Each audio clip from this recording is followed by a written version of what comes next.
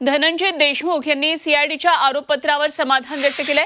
तपास यंत्रणांनी चोख काम केल्याचं मत त्यांनी नोंदवलंय। मुख्यमंत्री आम्हाला न्याय मिळवून देतील असा विश्वास धनंजय देशमुख यांनी व्यक्त केला। मसाजोगचे सरपंच संतोष देशमुख यांच्या हत्या प्रकरणात मधली ही महत्त्वाची बातमी। धनंजय देशमुख त्यांचे बंधू आहेत आणि त्यांनी समाधान व्यक्त केलंय।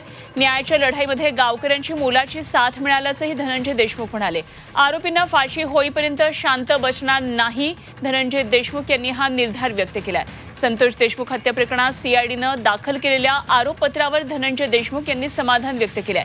सीआयडी एसआयटीनं तपासामध्ये चोख काम करण्याचा प्रयत्न केल्याचं मत त्यांनी व्यक्त केलंय आणि सोबतच मुख्यमंत्री आपल्याला या प्रकरणामध्ये न्याय देतील असं धनंजय देशमुख यांनी म्हटलंय।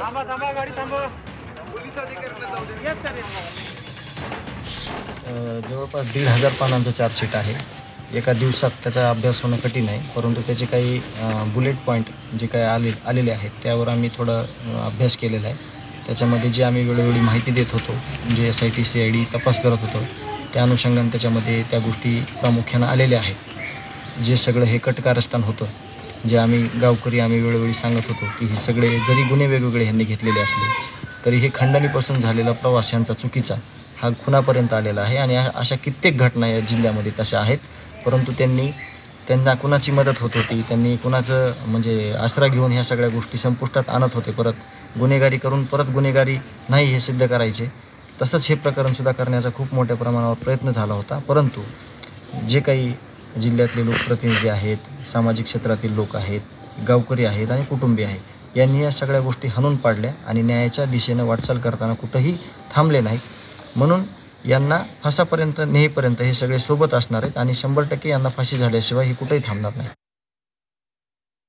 घटना घडल्यानंतर आम्ही ज्यावेळेस 7 जानेवारीला गेलो होतो, त्या दिवशी मुख्यमंत्री साहेबांना जे सगळा घटनाक्रम सांगितला, जे इथली सगळी परिस्थिती सांगितली, जे सगळी इथं अराजकता पसरलेली सांगितली, त्यावेळेस मुख्यमंत्री साहेबांनी शब्द दिला होता की मी शेवटचा आरोपी फासावर लटकेपर्यंत स्वस्थ बसणार नाही।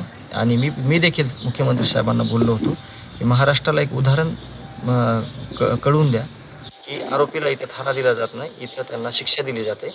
आणि त्याच्यानंतर एसआयटी असेल, सीआयडी असेल, पोलीस यंत्रणा असेल, यांनी जे चोख काम करण्याच्या भूमिकेमध्ये हे सगळं व्यवस्थित मांडायचा प्रयत्न केला आणि आरोपीला फासापर्यंत जाऊपासतोर हे सगळे ठामपणे याच्यात भूमिका मांडणार आहेत आणि यांना फाशी देणार आहेत, या संदर्भात त्यांनी आम्हाला आश्वस्त केलं होतं आणि पुढील भूमिका ही त्यांची अशीच राहणार आहे।